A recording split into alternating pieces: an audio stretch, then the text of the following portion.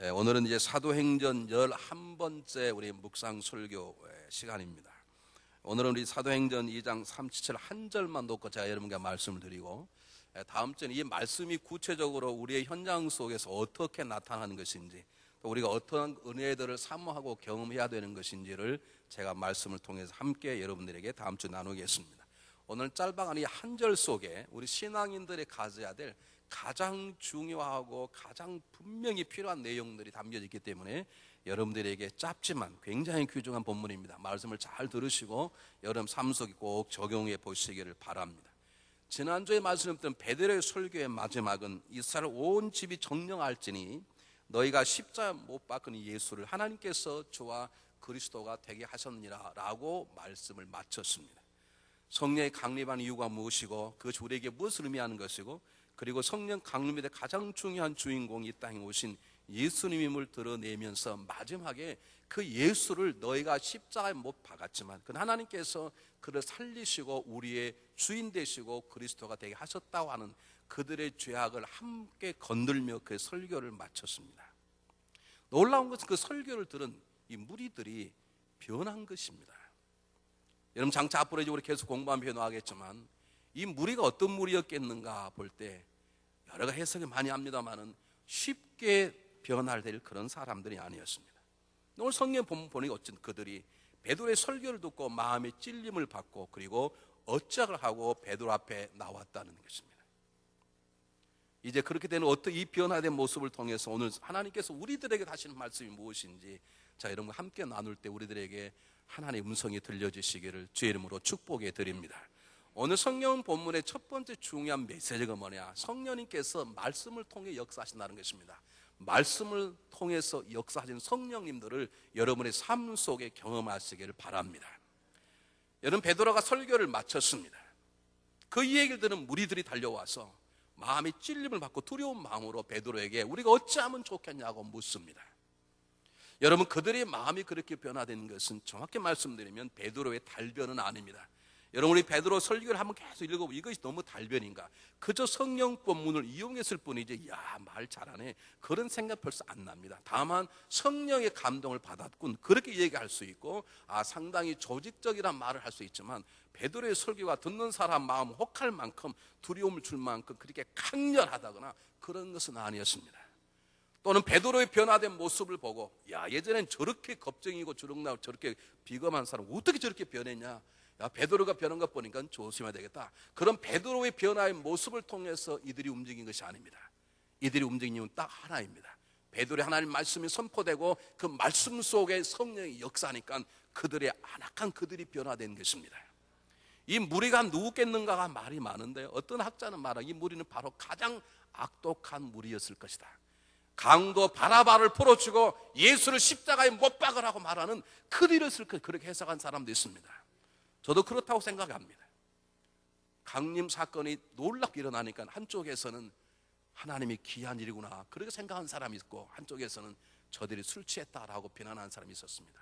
베드로의 설교는 그들의 놀라운 성령 강림의 사건을 놀랍 은혜의 대상으로 바라보는 사람에게 주는 것이 아니라 우리가 술 취하지 않았다고 말한 걸 보니까 바로 그들을 비난하고 공격하는 사람을 향해서 할 수 있고 바로 그들은 우리가 짐작하기 어쩌면 다는 아니지만 그 무리 가운데에는 예수를 십자가에 못 박게 한 포악한 무리들이 들어있었을 것입니다. 근데 그들이 변화하는 것입니다. 누구 때문이라고요? 말씀과 성령의 역사인 것입니다. 오늘 본문이 우리에게 두 가지 것을 말씀해 줍니다. 성령님께서 역사하지 않았다면 베드로의 설교에도 불구하고 그들이 변화되었을까? 성경 뭐라 말하는 사도 바울이 고린도서 12장 3절에 말하기를 성령이 아니고서는 누구든지 예수를 주라고 신할 수 없다. 그것이 동일하게 작용한다면 베드로의 설교를 듣고 맞구나 우리가 죽인 그 예수가 바로 우리의 그리스도구나 라고 깨닫게 도와주신 분은 누굽니까? 성령의 역사라는 것이죠. 놀랍게도 말씀과 성령이 하나 되어서 그렇게 포악했던 무리들을 바꾸시고 그리고 그들로 하여금 하나님께서는 첫 번째 교회인 예루살렘 교회의 개척 멤버가 되도록 성령님께서 역사하셨다는 것입니다. 이 역사심이 지금도 이 세상 속에 우리 가운데 필요하다는 것입니다. 여러분, 사람이 변하는 데는요, 뭐니 해도 배움이 최고라 그러는데 배움과 훈련을 통해 사람이 바꿔지지 않습니다. 예를 들면 고등학교 나온 사람하고 박사학위 딴 사람하고 박사한 사람 훨씬 많이 배워서 훨씬 더 그 사람이 착하거나 더 성령 충만하거나 변화됐을까요? 전혀 관계없습니다. 만약에 배움과 훈련이 인생의 삶을 바꾸기 시작했다 그러면 이 땅 외에는 예수님 없어요. 벌써 지상 천국에 왔을 것입니다. 여러분, 생각해 보시 바랍니다. 우리가 예전에 공부할 때는 환경도 좋지 않았고 시설도 없었고 우리를 가르칠 만한 좋은 프로그램도 없었고 그렇게 훌륭한 선생님 별로 없었습니다. 요즘은 얼마나 좋은 시설에, 얼마나 좋은 환경에, 얼마나 좋은 교수들, 얼마나 좋은 교육 프로그램, 그리고 부모님들이 얼마나 많이 공부시키도록 투자합니까? 그래도 이 세상은 더 어두워졌다는 것이 무엇을 말하는 줄 아십니까? 사람의 본질적인 변화는 세상의 프로그램과 되지 아니하고 하나님의 말씀과 성령의 능력으로만 변해야 되는 걸 우리가 기억해야 될 줄 믿습니다. 여러분, 자녀에 대한, 자녀가 정말로 변하고 훌륭한 사람이 되기를 꿈꾸는 가장 뜨거운 부모들이 저와 여러분인데, 여러분, 한국에 전 세계적으로 자녀 교육에 탁월한 모든 프로그램을 다 가지고 나라가 대한민국입니다. 유치원, 몬테소리 무슨 소리 다 와 있습니다. 그래도 제가 가끔 한국을 왔다 갔다 하면 죄송합니다. 잠깐 방문하신 분은 용서하시고 들으시기 바랍니다. 지금 한국에 자라난 자녀들이 미국에 자라난 자녀보다 훨씬 못됐어요. 제가 하면 숨이 콱콱 막힐 정도로. 그래서 저는 미국에서 혹시 저에게 중매 달라 그러면 미국에 사는 사람 하라고 그럽니다. 저 한국에 사람 데려다가 피 보지 말고 여기 사람 데려다가. 이 말은 내가 그들을 비하하는 게 아닙니다. 그들 나빴다고 말하는 게 아닙니다. 제가 강조하는 것은 인간의 변화, 인간 어떻게 성숙하고 선한 삶을 살고 남에게 덜 끼칠 만한 그런 귀한 존재로 사는 것은 우리가 말하는 세상이 가르치는 배움과 훈련 통해는 절대 되지 않습니다. 하나님께 영광을 돌리고 누군가의 다른 사람에게 덕을 끼치고 뭔가 인생을 살아가면서 의미 있게 삶을 살아가는 삶을 변화시키는 가장 중요한 방법은 하나님의 말씀과 말씀 속에 역사하는 성령의 능력인 것입니다. 그럼 우리는 지금도 베드로처럼 세상에 나가서 우리 이만하면 되지 않았습니까? 얼마나 더 잘 살기를 원하십니까? 이만하면 괜찮지 않았습니까? 몇 분들 빼고 이만하면 괜찮지 않습니까? 뭐가 부족해 심령이 장난 아직도 아멘 안 하십니까? 이만하면 괜찮지 않았습니까? 우리 기도 이만하면 아메리칸 드림이라는 거 이만하면 괜찮지 않습니까? 여러분, 그러면 한 번쯤 내려놓고 지금도 세상에 나가서 하나님을 들어가지 않은 사람, 하나님 때문에 찔림이 없는 사람, 아직도 예수를 전혀 그리스도와 주로 인정하지 않은 사람들에게 내 말씀을 증거하고 그 말씀 속에 성령의 역사도 기도함으로 그들이 이무리처럼 마음이 찔림받고 주 앞에 나오리 어떻게 하면 좋겠습니까? 그렇게 되도록 우리가 해야 된다고 말입니다. 이건 베드로 일이 아니고 우리의 일이고 지금도 계속돼야 되고 나중에 계속돼야 되는 거예요. 제가 이 설교를 하려고요, 의도적으로 지난주에 전도를 나갔습니다. 제가 전도가 세 번이니까요, 성령님 도와주는 걸 알겠어요. 그렇게 날씨가 더운데 날씨가 시원하게 시작했어요. 제 얼굴에 새까맣게 탈까봐 걱정을 많이 했는데, 근데 하나는 나눠주는데요, 한 사람도 불쾌한 표정을 갖지도 않고 한 사람도 버리지 않고 다 거기다 뭐 다른 데는 다 물도 담아, 우린 물도 안 주고 그냥 전도지하고 제 설교 테이프만 줬는데도 다 받고, 어떤 사람은 영어로 된 건 없냐고 물어보고, 어떤 사람은 다른 사람인데 자기도 예수 믿는다 그러고, 한 사람도 반대하는 사람이, 물론 가서 집에 가서 보냈는지 모르겠습니다. 얘들은 주민이 그 자리에서 버리고 와요. 그리고 자기는 예수 안 믿는다고 그러고. 그런데 한 사람도 그런 사람 없는 거 볼 때 하나님께서 우리를 통해 지금 하시고자 하는 가장 중요한 게 뭔가, 지금 말세입니다. 마지막 때입니다. 지금 내 남편, 내 아내, 내 자녀가 구원받지 못하면 영원히 지옥 갑니다. 시대적으로 가장 시급하기 때문에 우리가 말씀 들고 나가기만 하면 누가 도와주시는 거예요? 성령님이 도와주시는 거예요. 이거 하라고 말입니다. 지금 이 시대의 중요한 것은 한 사람도 구원하는 거예요. 하나님을 모르는 사람이 변화 하나님을 알게 되는 것은 그들이 착하게 되는 게 아닙니다. 제가 다음 주에 계속 말씀드렸지만 정정한 삶의 변화는 하나님을 하나님으로, 예수를 내 삶의 그리스도로 주로 만나는 순간 그 인생이 변화되는 것이에요. 지금도 하나님을 하나님 딱 생각하지 않은 사람들, 예수를 하나의 역사적인 사건으로 보지 아니하고 그는 주도 아니요 그리스도로 아니라고, 나는 그분과 관계없다고 생각하는 사람들 우리 주변에 얼마나 많은지 모릅니다. 그들에게 하나님의 말씀을 증거하고 성령의 역사하도록 기도하고 애쓰는 것이 우리가 해야 될 일이고, 바로 베드로의 모습을 또 하나님께서 너희도 그렇게 하라 그 말입니다. 두 번째 또 하나는 우리도 말씀과 성령으로 변화받아라 그 말입니다. 여러분, 우리가 그리스도가 되었다는 것이, 그리스도인이 되었다는 것이 완전한 자가 되었다는 걸 말하지 않습니다. 때때로 기도하다 하나님의 음성을 듣고, 때때로 기도하다가 성령의 불을 받아 하더라도 그렇다고 해서 우리가 완벽한 자가 되지 않습니다. 우리는 주님 앞에 그날까지 말씀을 읽고, 말씀 내 안에 채워지면 성령이 그 말씀에 기름을 붓고 불을 붙여서 그 말씀으로 내 언어와 내 삶과 내 인격이 변화되는 그 삶을 준 그날까지 살아가야 된다는 것이죠. 여러분, 아무리 바빠도 말씀을 읽으십시오. 말씀을 여러분 마음 안에 채우십시오. 그리고 기도하십시오. 하나님, 성령이면 내 말씀을 채워싸우니 내가 말씀대로 살 수 있도록 내 말씀에 성령의 불을 붙여주십시오. 그게 우리가 건강하고 사업이 잘 되고 내 자녀가 잘 되기보다 훨씬 중요한 것이에요. 여러분, 말씀을 채우셔야 합니다. 성령과 말씀이 만나면 놀라운 일들이 우리 가정 안에서, 내 자녀 속에서, 남편과 아내 속에서, 집사님, 권사님, 장로님, 목회 속에 일어나기 시작하는 거예요. 모든 성경 하나님의 감동으로 된 것으로 교훈과 책망과 바르게 함과 의로 교육하고 유익하니, 이것을 읽는 사람에게는 하나님의 사를 온전케 하고 모든 선한 일에 온전케 하게 합니다. 하나님의 말씀은, 성령사 하나님의 말씀은 생명의 운동이 있어 어떤 자외 날쌘 예리하여 우리 혼과 영과 관절과 우리의 모든 골수를 찔러 쪼개며 우리 깊은 생각을 감찰하신다 그랬습니다. 여러분, 그저 시간 공상으로 시간 보내지 마시고 시간 내셔서 하나님의 말씀을 채우시고, 하나님의 말씀을 채워싸우니 이 말씀에 성령의 능력을 부어주소서. 그런 소원으로 말씀을 증거해야 되고, 그 소원으로 말씀을 우리 안에 채우고 우리에게 성령이 변화시켜 주시는 역사가 있도록 기도하셔야 될 줄 믿습니다. 두 번째입니다. 그들이 성령의 능력으로, 말씀과 성령의 능력으로 그들이 변화되었는데, 이들이 변화된 첫 번째 모습이 뭐냐면 37절, 마음에 찔렸다 그 말입니다. 마음에 찔림을 받았다. 마음속에 두려운 마음이 생겼다 그 말입니다. 이들이 두려운 마음을 생기게 된 가장 이유는 중요한 이유는 두 가지. 하나는 하나님에 대한 새로운 두려움. 아, 성령을 보내신 것이 하나님의 일이셨구나.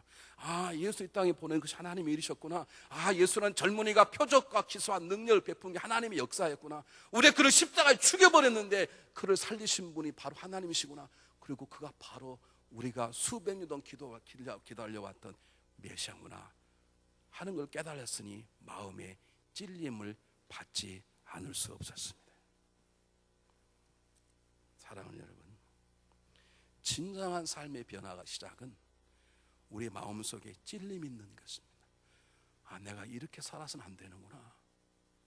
아, 내가 지금 무엇인가 잘못된 자리에 서 있구나. 네 세상은 하나님 앞에서 절대 찔림 받지 아니하고, 예수 그리스도가 당신을 위해서 죽으셨다는 말 앞에 조금도 마음에 찔리지 않는 사람들이 훨씬 많습니다. 우리가 베드로처럼 이 일을 감당해야 합니다. 예수님께 당신 때문에 죽으셨습니다. 당신 그대로 살다가는 지옥 갑니다. 전도를 갔는데 전도 갔던 집사님께 저에게 그랬어요. 목사님, 그냥 예수 천당 불신자 지옥 한번 외쳐버릴까요? 그래서 그래요. 잘못 외치면 경찰 부르는데요. 그랬더니 그분이 사실 외쳐는 못 외치겠습니다. 그 용기가 안 난다는 거죠. 저도 해보니까 저도 못 하겠더라고요. 여러분, 제가 코마트 앞에 서가지고 예수 천당 불신자 지옥 그러면 우리 코마트 주인 되신 분 기분이 좋으시겠습니까? 다른 분들 그런 몇 명은 찔림을 받을 거예요. 여러분, 정말로 살아있다는 게 무엇이냐면 아픈 게 아픈 것이 다가와야 되거든요. 근데 세상이 죽어있기 때문에 지옥 간다는 말에도 전혀 찔림이 없어요. 바늘로 내 살을 쑤시면 아파야 되거든요. 지옥 가는 것처럼 두렵고 찔리는 것이 어디 있겠어요. 그런데 전혀 찔리지 않는단 말이죠. 우리가 그들을 그냥 놓고 우리끼리 주일마다 잔치하고 우리가 파리하고 구원받다고 감격하고 그분만 멋대로 예배드리고 그게 중요한 게 아니라 때렸든지 어찌 못하든지 세상에 나가서 그의 마음속에 하나님을 두려워하는 마음이 갈 수 있도록, 그들의 마음속에 예수를 몰랐다는 것 때문에 회개할 수 있도록, 그들의 마음이 찔림이 있도록 복음을 증거하고 그 증거하는 복음 위에 성령이 역사하도록 기도하는 것이 저와 여러분이 해야 될 가장 거룩한 의무이고 우리의 특권임을 믿으시길 바랍니다. 누군가의 마음을 찔리도록 한 사람 되시길 바랍니다. 여러분, 기독교는 이렇게 살아서는 안 됩니다. 야, 뭐 예수쟁이도 저러는데 우리 괜찮, 여러분 그래서 안 됩니다. 야, 조심하자. 이거 중앙연합감독 교인 때문에 이 죄 못 지켰다. 이렇게 돼야 됩니다.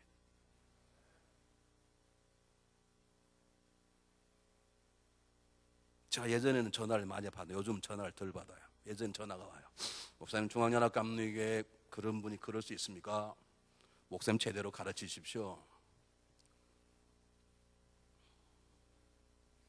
요즘 그런 분이 안 계세요. 예전에 제가 얼마나 많은 전화통을 받았는지 몰라. 목사님 사업한다고 제가 돈을 미리 줬는데 그냥 가지고 도망갔습니다. 어떻게 하면 좋겠습니까? 제가 또 교회에서 물려줄 수 있나요? 여러분, 적어도 저분이 중앙연합 감독이에요. 저분 얼마나 깨끗하고 거룩하게 살아. 난 저만 보면 내 마음이 찔리는 거 있지. 그렇게 돼야 되지. 야, 예수쟁이 더해 걱정도 하지 마. 그렇게 하면 되겠습니까? 그리스도인들은 빛과 소금입니다. 어둠을 드러내는 존재입니다. 우리들의 삶을 통해서, 그렇지 못하면 입으로 나오는 복음의 말씀 능력을 통해서 그들의 마음속에, 하나님 모르는 사람 속에, 하나님 들어가지 못하는 사람들에게, 예수를 무시한 사람들에게 바로 예수님과 하나님 때문에 두려워 떨게 하는 하나님의 용사들의 세계를 주의 이름으로 축복해 드립니다. 동일하게 이 말씀은 너희들도 찔림을 받아라, 그 말입니다. 우리의 삶의 진정한 변화가 하나님을 아는 두려움에 사로잡히는 것이고, 우리의 진정한 삶의 변화가 내가 그동안 예수를 몰랐다는 것 때문에 두려움을 잡혀드는 것이 처음 삶의 시작이라면, 우리들은 구원받는 사람들입니다. 구원받는 사람들에게 찔림이 필요 없는 것입니까? 그렇지 않습니다. 우리에게도 찔림이 필요합니다.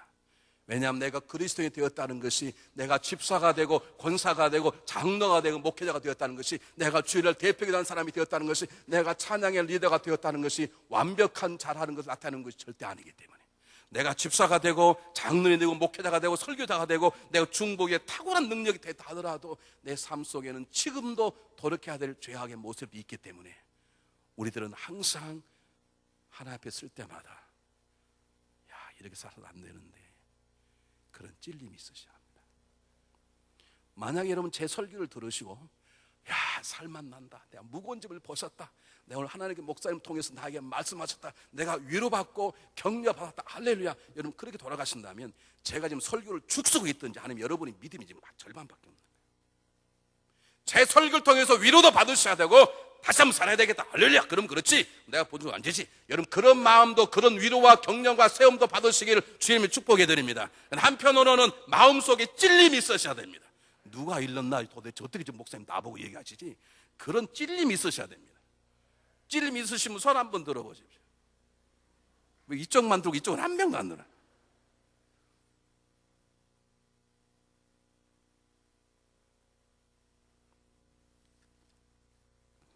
아담과 이브가 죄를 지었는데요,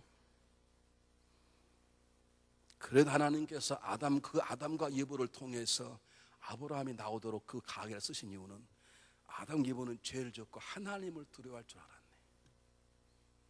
똑같은 죄인인데 가인은 자기 동생을 죽이고도 하나님을 두려워하지 않아. 누굴 두려워하는 거예요? 세상 사람을 두려워하는 거예요. 하나님께, 하나님, 세상 사람들에게 제가 맞아 죽을 것 같으니 저를 보호해 주시길 바랍니다.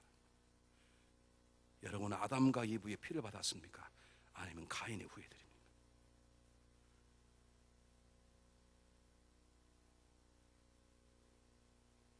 우리는 어떤 세상의 죄의 유혹이 올 때마다 요셉처럼 하나님 앞에서는 두려움으로 죄의 유혹을 이깁니까?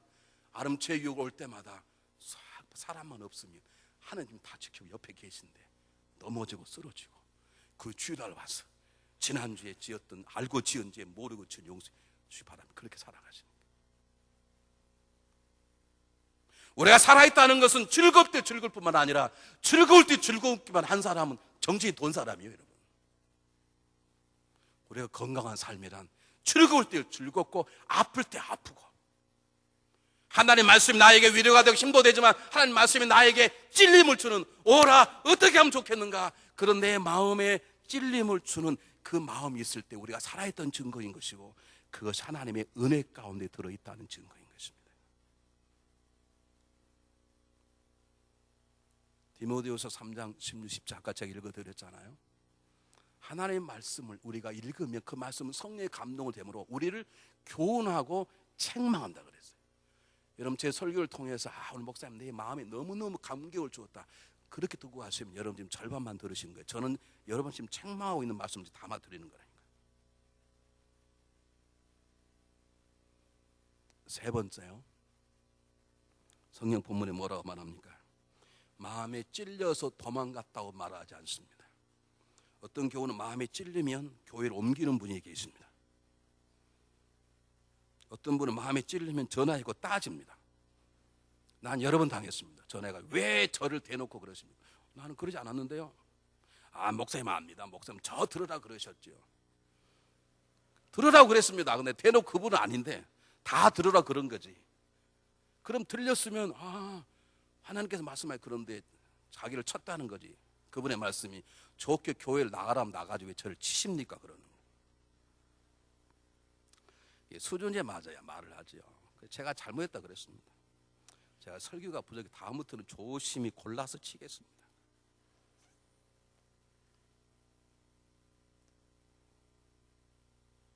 여러분, 교훈과 책망을 받으셔야 돼요. 이야, 하나님께서 나의 가장 걸 탁 찔리시는가. 야, 정말 하나님 보통 분이 아니시구나. 내가 조심해야 되겠다. 야, 내가 이렇게 살아서는 안 되겠다. 그래서 이들이 갖는 말이 뭐냐면 어찌할 꼬입니다. 우리들의 문제가 뭔지 아십니까?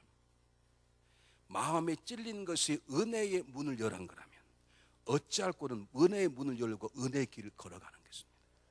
우리 교우들 여러분들 제가 보면 너무나 은혜 받는데 굉장히 탁월한 의사들이 있으세요.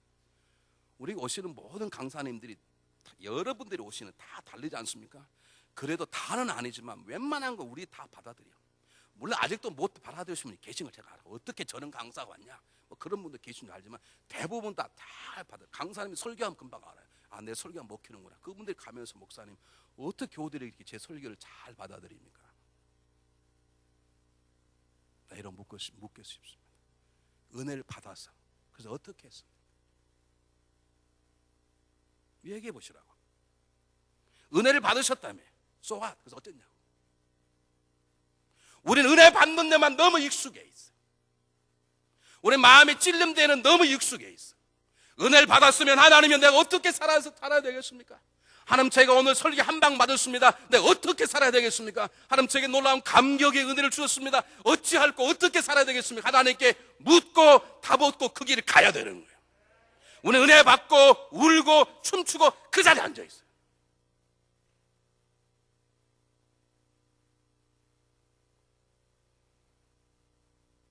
우리들은 하나님 은혜를 주십시오. 제가 잘못했으면 제 마음에 찔림을 주고 그 자리에 너무 익숙해 있고요. 저번 은혜 하나 너무 잘 받아 너무 감격하고 감사하고 10년 회개해요. 회개란 말은 고백하고 돌이킨다는 것인데 우리 그 자리만 머물러 있고, 하나님, 그럼 제가 어떻게 새롭게 살아야 되겠습니까? 하나님, 저의 가장 약점을 하나님 건드셨는데 제 마음이 아픕니다. 그럼 제가 어떻게 살아야 되겠습니까? 하나님, 저에게 놀라운 감격을 주셨습니다. 그럼 제가 어떻게 살아야 되겠습니까? 저에게 말씀해 주시길 바랍니다. 그렇게 묻고 그 길을 가르쳐 받고 그 길을 갈 수 없거든 하나님께 기도하셔야 합니다. 이 무리들이 잘한 게 거의 간 거예요. 그들은 변화되었어요. 구체적인 변화는 다음 주에 제가 말씀드릴 것입니다. 중요한 건 여러분, 설교를 통해서 성경을 읽다가 어떤 사람과의 만남을 통해서 그렇구나, 내가 잘못 가고 있구나, 하나님 어떻게 하면 좋겠습니까? 이번에 나에게 감격의 은혜를 주시다니 하나님 너무 감사합니다. 그럼 이 감격을 어떻게 하면 좋겠습니까? 하나님, 어떻게 제가 살아야 되겠습니까? 그것을 묻고 그 은혜의 길을 걸어가는 자리에 서시기를 주님으로 축원합니다. 삭개오는 주님을 맞아들이고 구원을 받았습니다. 마음의 찔림을 받았습니다. 참을 수가 없었습니다. 그는 자기의 재산의 절반을 팔아 가난한 사람에 주고 자기가 토색한 것 있으면 4배로 갚겠다는 것입니다. 그 말은 무엇입니까? 완전히 파산하겠다는 것입니다. 깡통 차겠다는 것입니다. 그가 100억을 벌었다 그럽시다. 100억과 50억이 나갔어. 그런 사실 100억을 다 그렇게 벌었는데, 그러면 아마 4배로 갚으려면 은행비 빌려서 갚아야 돼. 그 말은 무슨 말입니까? 내가 지금까지 수단과 방법을 가리고 돈을 벌었은즉 이거 다 풀고 이제 거지로 새롭게 출발하겠습니다. 그 말입니다. 여러분 마음속에 조그마한 찔림이라도 있습니까? 오늘 말씀 속에 그렇다, 내가 기쁨이구나, 그런 게 있습니까? 그러면 여러분 그 기뻤다고 찔렀다고 그것만 입으로 고백하고 가지 마시고, 하나님, 그럼 제가 어떻게 해야 되겠습니까? 제가 어떻게 살아야 되겠습니까? 그것이 기쁨의 감격이든 내 가슴 준 통의 감격이든 물을 때 우리의 삶 속에 성령의 역사가 일어나는 것입니다. 삼손은 하나님으로부터 놀라운 능력을 받았습니다. 나귀뼈 하나로 적들을 1000명쯤 능력을 받았습니다. 그걸 하고 났으면 하나님, 제가 이런 능력을 주셔서 제가 어떻게 살아야 되겠, 물어야 되는데, 이 삼손이 형님께서 한 번도 묻지 않았어요. 독주 마시면 안 됩니다. 먹었습니다. 살았네. 그것만 가지고도 하나님 나를 봐주시면, 그럴 때 생각지도 않는 거예요. 이방여인, 결혼하면 안 되는 이방여인과 살면서도 이방여인의 무릎을 베고 자면서도 찔림이 한 번도 없었어요. 아무리 배가 고파도 다시는 절대로 죽은 자를 만들어서 먹으면 안 되는데, 너만 배가 고프니까 죽어있는 사자 속에 있는 꿀을 먹어버렸어요. 그런 돌이킬 때 돌이키지 못하고, 한 번도 찔림 받지 못하고, 한 번쯤 어쩔 걸 묻지 못하기 때문에 결국 두 눈이 뽑히는 비극적인 삶을 마감하게 되는 것입니다. 수가성 여인은 5번 버림을 받았습니다. 창피하고 부끄럽고 남자도 밉지만 자신은 더 미운 것입니다. 세상 사람 자기의 추한 모습을 보이고 싶지 않아서 그 뜨거운 날, 뜨거운 시간에 물을 기르었다가 주님을 만납니다. 생수를 만났습니다. 은혜를 받았습니다. 자기의 지난 삶이 부끄러운 것입니다. 그런데 놀라운 건 그 여인은 은혜와 부끄러움 앞에 주저앉지 있지 않았습니다. 자기의 수치, 열등감 벗어버리고 동네에 들어가 예수를 전하는 선교사가 되었습니다.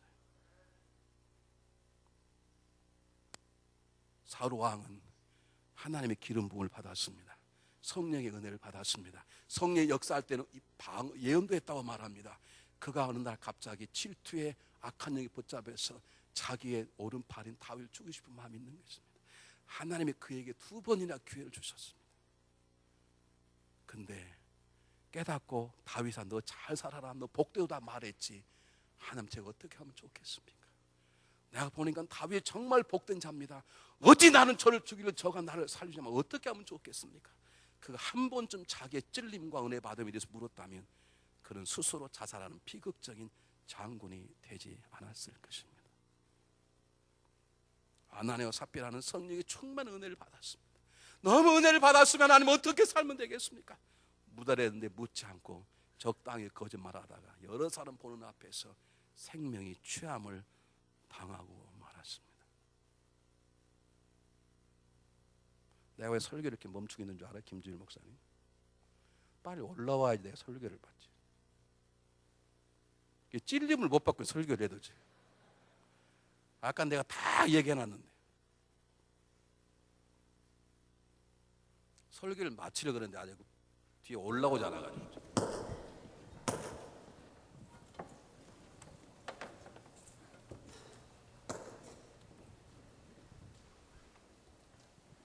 사랑하는 여러분, 오늘 베드로의 설교를 통해서 변화받은 이 무리들의 모습을 통해 하나님 우리에게 말씀하고 계신 것은, 아직도 하나님을 두려워하지 않은 자, 아직도 예수를 그리스도로 고백하는 자에게 나아가 복음을 증거해서 그들의 마음이 찔림이 있게 하고 그들이 하나님 앞에 달려나오게 하라.